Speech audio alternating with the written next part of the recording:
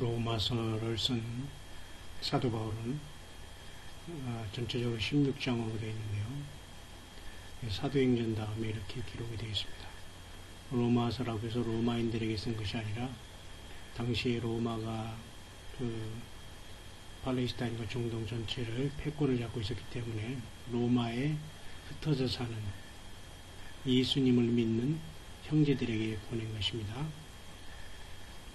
특별히 그래서 그 로마에 흩어져 사는 유대인의 바울의 형제인 유대인들에게 이런 비밀의 말씀을 해주고 있는데, 이것은 하나의 이스라엘의 구원에 대한 비밀이 아닐 수 없습니다.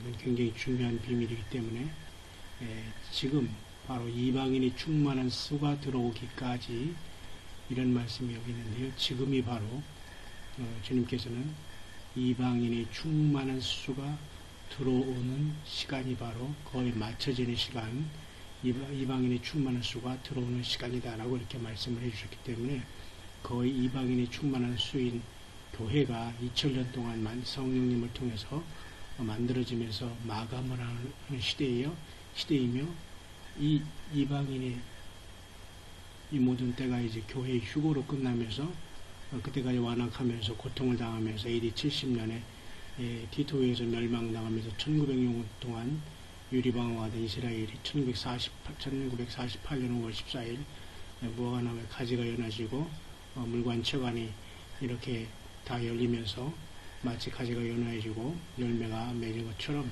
이스라엘의 독립은 매우 중요한 하나님의 시간인 것을 우리에게 나타내주고 있고, 이미 벌써 그들이 마음이 많이 녹아져서 메시아닉 주들이 생겨서 그들 중에는 예수님을 구세주로 섬기는 백성들이 많이 있다는 겁니다. 그들이 바로 도화선이 돼서 교회가 이 땅을 떠난 다음에 7년 환란이 시작되자마자 그들이 하나의 도화선이 되어서 이스라엘의 그 많은 사람들을 이제 구원하는 기폭자가 될 것입니다. 그래서 사도 바울은 이미 알았습니다. 온 이스라엘이 구원을 얻으리라. 온 이스라엘이 구원을 얻으리라 했습니다. 전체 이스라엘이 민족적인 구원을 얻게 되는 겁니다. 그래서 스가랴서에 보면 하나님께서 그들에게 애통한 심령을 부어줄 텐데, 장자를 위해서 통곡하듯이 애곡하듯이 저들이 완전히 예수 그리스도를 민족적으로 알아보면서 통곡하면서 영접하는 역사가 나타난다고 합니다. 마치 요셉이 자기 그 기쁨과 슬픔과 감격에 못 겨워서 그 사람들을 내보내고 그 가족들에게 자기가 요셉이라는 걸 나타내는 그 극한 모습이 바로 하나님 예수 그리스도의 이스라엘 향한 영적인 장자인 이스라엘 향한 사랑이요, 그 하나님의 엄청난 깊고 깊은 그 참으로 사랑이라는 것을 보여주고 있기 때문에 이스라엘 전체는 민족적인 구원을 얻게 되는 겁니다. 그래서 기록된 바 구원자가 시온에서 오사 야곱에서 경건치 않은 것을 돌이키겠고, 이 말은 결국은 주님께서 계시록 19장 환란 후 3년 반 거의 끝나가는 시점에 시온에서, 다시 말해서 하늘의 시온에서 우리들과 같이 주님은 백마를 타고 이 땅에 나타나시면서 이스라엘 전체를 완벽하게 구원을 이제 마무리해 줄 것입니다. 이 놀라운 하나님의 역사. 그리고 지금 2017년을 지나는 지금 2015년에 이미 이방인의 한일인 70년이 끝났고 1945년에 시작해서 지금은 이제는 거의 주님께서 교회를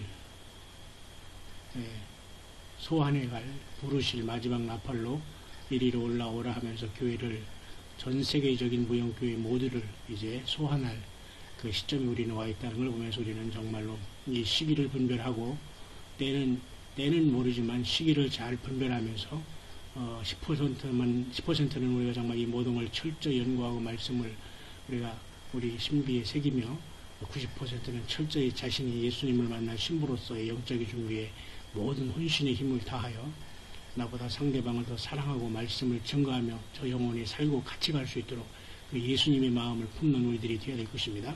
이스라엘도 역시 마찬가지로 주님께서는 절대 버리지 않고 마지막에 우리 이방인들을 구원하신 다음에 그들을 구원하신 하나님의 이 큰 사랑, 예수 그리스도의 큰 사랑을 우리가 본받는다면 오늘 이 시간, 휴고의 시간을 우리가 기다리는 것보다는 이스라엘 백성들이 이제 한 사람 한 사람 구원의 문이 열려지고 이방인은 마지막 구원의 문이 다 닫혀지는 이 시점에서 우리는 한 영혼이라도 더 연단장애나 무지옥에 가지 않도록 우리가 이 마지막 휴고 큰 구원 복음으로 온 세상에 잘못된 바벨론 종교에서 나와서 무형교회로 주님과 서서 주님을 만나는 신령한 정말 주님의 신부들이 될 수 있도록 우리는 최선을 다해 있는 처소에서 나팔을 불고 기도하고 골방 기도하며 이름도 없이 빛도 없이 주님이 부르실 그날까지 달려가야 될 것입니다.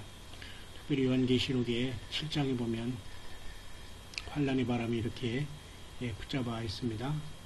땅의 사방의 바람을 붙잡아 바람으로 하여금 땅이나 바다에나 각종 나무에 불지 못하게 하더라. 이 사건은 아마 휴거가 일어난 직후에 이스라엘 백성 중에 14만 4천이 인침받기 위해서 이 전 3년 반에 약간 평화의 조약으로 사탄 마귀가 적그리스도가 이스라엘 백성들과 같이 환란 성전을 허락하며 지어주면서 저들에게 그 제스처를 취할 때 그 순간에 하나님께서는 이 시간을 통해서 메시아 맥주들을 통해서 저들이 도화선이 되어서 정통 유대인들에게 예수 그리스도가 주이시며 하나님이시는 것을 증거하는 놀라운 역사가 이제 이때 일어나면서 그들로 하여금 14만 4천의 그 정통 유대인 중에 신실한 자들이 각 지파별로 인을 받고 이들이 놀랍게 마지막 사역을 감당하면서 민족적인 회개 그리고 전 세계적으로 마지막 영원한 복음을 증거하는 천사들과 같이 놀랍게 이 마지막 사역을 감당할 환란 사역자들, 유대인 전도자들이 되는 것입니다. 그렇기 때문에 우리는 마지막 때에 누가 전도하느냐, 누가 이 세상을 마지막 마감하느냐 이런 것을 생각할 때 우리는 분명히 하나님께서 영적인 장자인 이스라엘을 통해서 이 모든 것을 다 완성하실 것이라는 것을 알 수가 있습니다. 그래서 우리는 이미 이 창세기 45장을 통해서 요셉이 바로 이 모든 그 환란 때에 7년 대환란 동안에 다른 하나님께서 예수님께서 역사하실 그 모형을 요셉을 통해서 이렇게 보여줬다는 것을 우리는 이미 알고 있습니다. 그래서 극적으로 자기 아버지를 만나고 자기 형제들을 만나면서 그 극적으로 이렇게 상봉하는 이라는 모습을 보면서 7년 대환란 동안에 하나님께서 이스라엘 백성들을 지키시는 모든 그 계획이 이미 창세기에 다 이렇게 기록이 되어 있다는 것을 보면서 하나님의 그 놀라운 계획을 우리가 참으로 찬양하지 않을 수가 없는 것입니다. 특별히 그래서 환란 때에는 에스겔서에도 보면 에스겔 37장의 말씀같이 그 마른 뼈가 일어나는 역사가 나타나잖아요. 이 마른 뼈들이 이제 생기를 받아서 이제 다 일어나는 역사가 나타나는데 이스라엘이 민족적으로 이렇게 1948년 국가를 이루는 문제와 그리고 저희들이 다시는 그 두 나라로 갈려지지 않는 거, 남북쪽 이스라엘로 갈라져서 북이스라엘, 나시리아, 남유다는 바벨론에 멸망하듯이 다시는 그런 멸망의 역사가 나타나지 않고 이제 주님께서 이렇게 이스라엘 백성들을 이제 모으셔서 하나 되게 하실 것이며 7년 대환란 교회가 들림받은 다음에 마지막 7년 환란을 통해서 이들이 하나님의 놀라운 역사를 통해서 민족적인 회개를 통해서 예수 그리스도를 영접하고 그들이 하나님 앞에 영광을 돌리는 놀라운 역사가 나타나는 것을 이 에스겔 37장에 이렇게 마른 뼈들이 일어나는 역사를 통해서 말씀하셨고요. 그 다음에 38장, 39장은 그 다음에 특별히 마국 땅에 있는 로스와 메스코 두발 왕에게 이제 예언한 말인데요. 결국은 너를 돌이켜 갈구리는 내 아가리를 깨고 면다겠습니다. 그러니까 결국은 러시아가 아랍 연맹과 같이 이스라엘을 치는 역사가 나타나는데 결국은 이 38, 39장은 결국은 이 하나님의 눈동자인 이스라엘을 건드림으로 말미암아 하나님께서 직접 나타나셔서 그 모든 그 백성들을 하나님께서 처리하실 것입니다. 그렇기 때문에 모든 그 열국 중에 하나님이 그 거룩하심을 나타낼 것이며 그 다음에 하나님의 그 눈동자인 이스라엘을 건드리는 곡과 마곡과 아랍의 세력에 대한 하나님의 심판이 이렇게 에스겔 38, 39장에 이렇게 기록이 또한 되고 있습니다.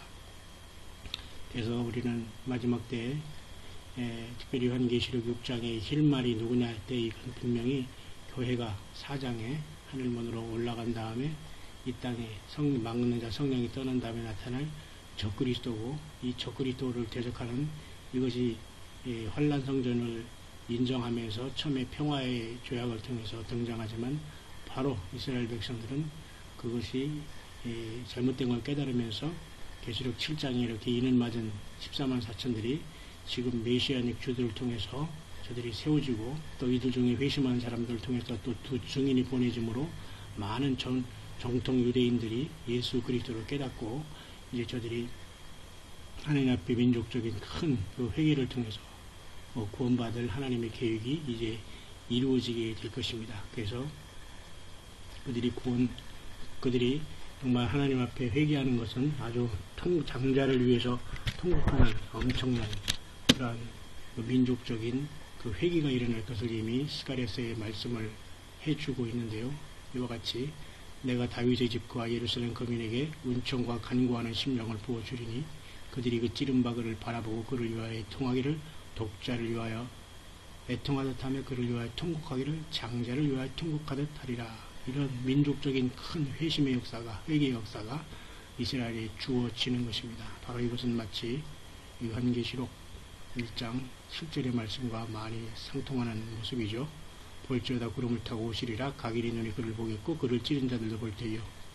땅에 있는 모든 족속이 그를 인하여 애곡하리니 그러하리라. 이게 재림하시는 주님께서 이스라엘은 극적으로 이제 그들이 회심해서 기다리던 예수 그리스도가 2000년 전에 자기 조상들이 죽었던 예수님이 하나님으로 백마 타고 내려오시면서 그 후삼년발의 처참함 속에서 그들을 지켜주면서 그들을 천년왕국으로 들어가게 할 주님을 바라보는 것이고, 그 애곡하고 슬픔하는 것은 그 기쁨 이유 말할 수가 없겠죠. 요셉이 그 형제들을 위해서 슬픔, 그 통곡한 그 사랑이, 그 만감이 교체된 거겠죠.